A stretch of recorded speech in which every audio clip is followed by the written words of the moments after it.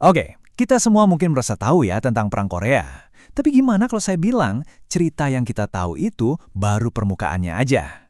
Ternyata di baliknya ada banyak banget rahasia dan fakta kelam yang jarang dibahas. Nah, hari ini kita bakal bongkar semua itu. Siap-siap ya, karena ini bakal lebih seru dari buku sejarah biasa. Sebelum kita mulai lebih jauh, saya mau tanya satu hal simpel ke Anda. Coba pikirkan, gimana sih Perang Korea itu berakhir? Apakah ada perjanjian damai yang megah, atau salah satu pihak akhirnya menyerah kalah? Coba deh, jawab dalam hati. Nah, ternyata itu tadi pertanyaan jebakan, karena faktanya Perang Korea itu secara teknis belum selesai. Loh, kok bisa? Jadi yang ditandatangani tahun 1953 itu cuma gencatan senjata. Ibaratnya cuma jeda, bukan akhir dari cerita. Dan konsep perang yang belum usai ini adalah kunci dari semua pembahasan kita. Jadi, cerita standar yang sering kita dengarkan begini. Korea Utara yang komunis melawan Korea Selatan yang didukung Barat. Tentu, ada pemain besar kayak Amerika Serikat dan Tiongkok yang ikut campur. Kedengarannya cukup simpel kan? Hitam lawan putih. Tapi, apa benar sesederhana itu? Cuma perang saudara yang dibantu negara besar? Ternyata jawabannya jauh lebih rumit, dan ini yang akan membawa kita ke fakta mengejutkan berikutnya. Percaya atau tidak, Perang Korea ini sebenarnya adalah salah satu perang paling internasional dalam sejarah modern. Gara-gara satu resolusi PBB, konflik yang tadinya kelihatan kayak urusan internal Korea, tiba-tiba berubah jadi medan perang global yang menyedot negara dari berbagai benua. Dan coba lihat deh daftar negaranya. Ini bukan cuma rombongan negara barat aja loh. Ada Thailand dari Asia Tenggara, Ethiopia dari Afrika, bahkan Kolombia dari Amerika Selatan juga ngirim pasukan. Ini benar-benar nunjukin kalau skala konflik ini tuh udah mendunia banget. Oke, sekarang kita masuk ke bagian yang paling kelam. Perang ini sama sekali bukan perang yang sopan. Kenyataannya di lapangan itu luar biasa brutal.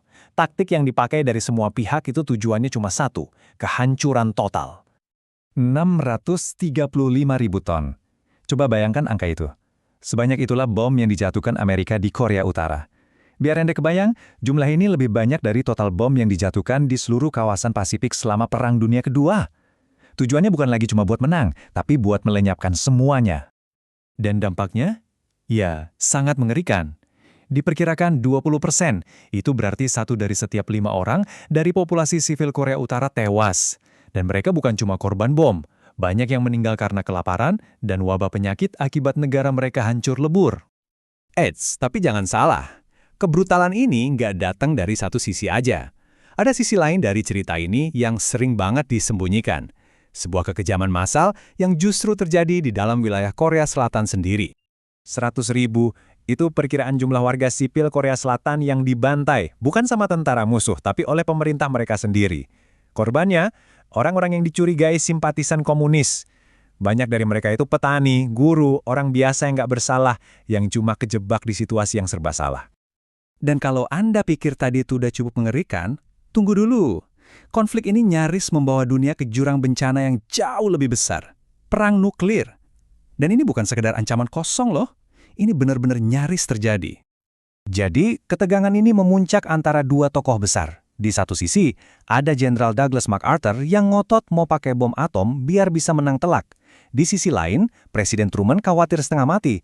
Wah, ini bisa memicu Perang Dunia Ketiga. Perselisihan mereka begitu sengit, sampai-sampai Truman akhirnya mengambil langkah drastis, mecat jenderalnya yang paling terkenal itu. Nah, semua potongan cerita mengerikan tadi akhirnya membawa kita ke poin paling inti, dan yang paling penting, fakta bahwa perang ini belum selesai, dan dampaknya masih sangat terasa sampai detik ini.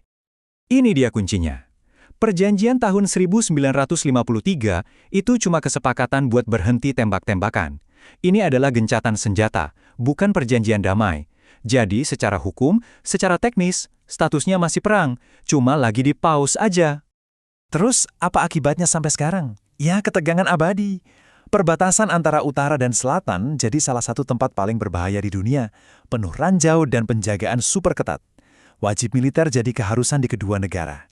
Dan program nuklir Korea Utara itu semua lahir dari ketakutan konstan mereka kalau perang bisa pecah lagi kapan saja. Jadi, sebagai penutup, coba deh kita renungkan ini. Saat sebuah bangsa secara teknis masih dalam status perang selama lebih dari 70 tahun, gimana ya hal itu membentuk budaya mereka, politik mereka, bahkan sampai ke jiwa setiap orang di sana? Itulah warisan sesungguhnya dari perang yang terlupakan ini. sesuatu untuk kita pikirkan.